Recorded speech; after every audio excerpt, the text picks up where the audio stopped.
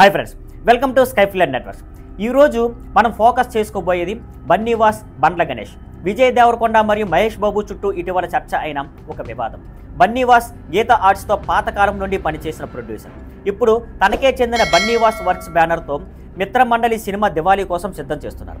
ఇప్పటి వరకు ఆయన బ్యానర్లో లిటిల్ హార్ట్స్ సినిమా కేవలం 2.5 కోట్ల బడ్జెట్తో తీసి ఏకంగా 50 కోట్ల వరకు కలెక్షన్లు సాధించి హిట్ అయింది. ఆ హిట్ సెలబ్రేషన్ సందర్భంగా బండ్ల గణేష్ మౌలికు కొన్ని కామెంట్స్ చేశారు.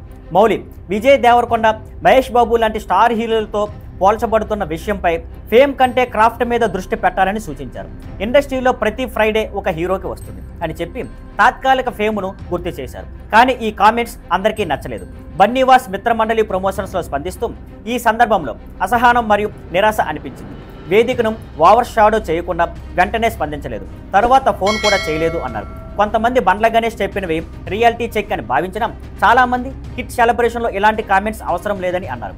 బన్నీవాస్ డిస్ట్రిబ్యూటర్గా సెలబ్రేషన్లో స్టార్లను మరియు గౌరవనీయులందరినీ పిలిచి సక్సెస్ మీట్ సరిగ్గా జరపాలని అనుకున్నారు. కానీ అలాంటి సందర్భంలో ఈ కామెంట్స్ కొంతమందికి అసహనంగా అనిపించాయి. మరి బన్నీవాస్ బండ్ల గణేష్ వివాదం వెనుక అసలు నిజం ఏమిటో పూర్తి వివరాలు తెలుసుకోవాలంటే మా ఛానల్ని ఫాలో అవ్వండి.